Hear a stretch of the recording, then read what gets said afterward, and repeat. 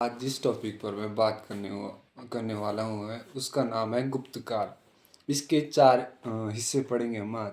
गुप्त काल के प्रमुख कर जो किस प्रकार है। भाग किसानों द्वारा राजा को दिया जाने वाला उनकी कृषि का उपज का हिस्सा होता था। दूसरा कर इसमें भोग, राजा को प्रतिदिन दी जाने वाली जो वस्तुएं थी, फल फूल और आदि, इसको भोग भोग में गिना जाता था। शुल्क, व्यापारियों द्वारा व्यापार और माल की आवाजाही पर दिया जाने वाला कर, ये तीसरा बड़ा कर था। और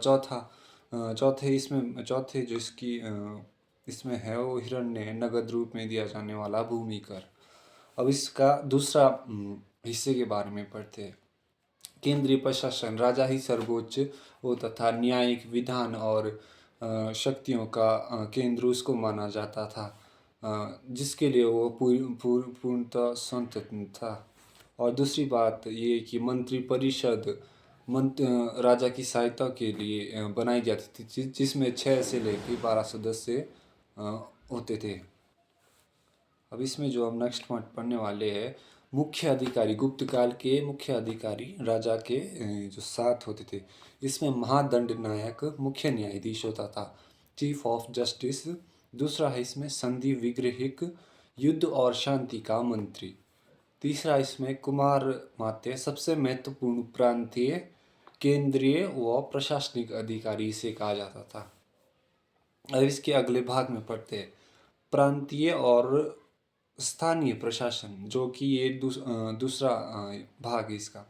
भुक्ति, साम्राज्य को उस समय अलग अलग प्रांतों में बांटा जाता था, जिसे भुक्ति कहा जाता था। इसके गवर्नर को विषयपति कहा जाता था।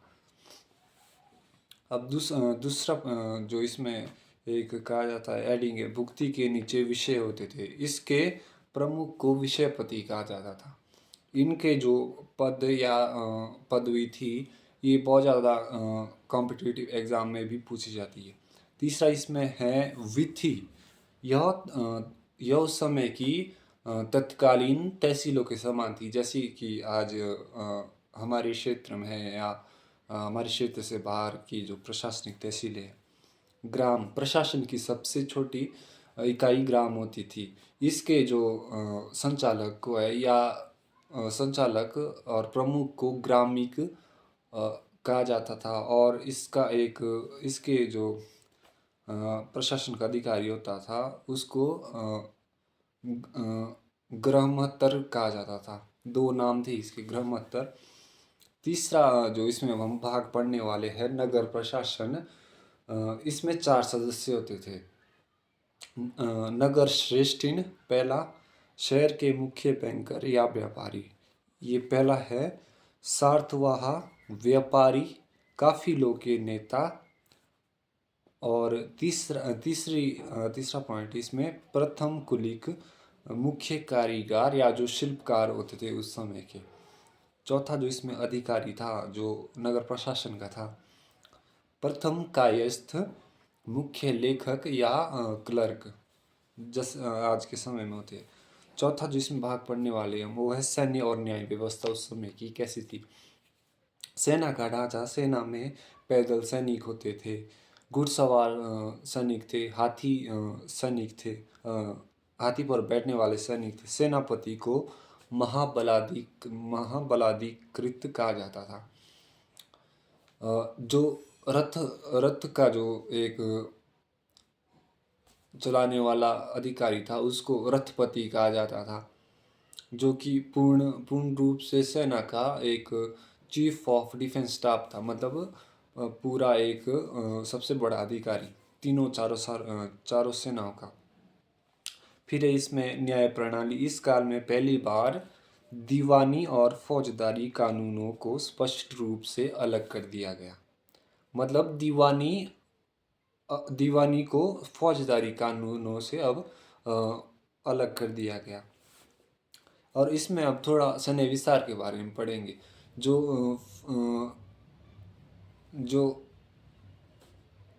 हाथी की सेना को लीड करता था जब में उसे गजपति कहा जाता था। इसमें 60,000 से लेके 50,000 हाथी शामिल थे उस समय की जो डेटा के अनुसार।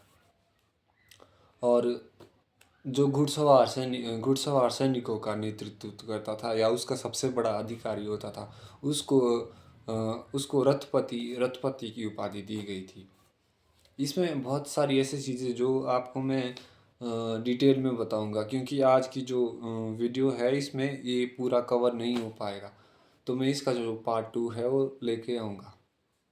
गुप्त काल का जितना भी मैंने आपको इसमें बताया है, सिस्टम एडमिनिस्ट्रेशन है और टैक्स है, और इसके अलावा प्रांतीय और स्थानीय प्रशासन है, सैन्य और न्याय व्यवस्था है। तो इसमें जो आर्मी की जो पूरी व्यवस्था है उसको मैं आपके लिए अलग से वीडियो में लाऊंगा। सो आज के लिए इतना ही बहुत है, और इतना काफ़ी ज़्यादा ये भी मैं आपको तब बता रहा हूँ क्योंकि ये बहुत ज़्यादा डिटेल में है, इसलिए कई बार ये चीज़ें याद नहीं रहती। तो अगली जो वीडियो आएगी वो मैं गुप्त काल के सैन्य व्यवस्था के बारे में बताऊंगा, और जो सैन्य अधिकारी होंगे विशेष रूप से उनके बारे में मैं आपको बताऊंगा।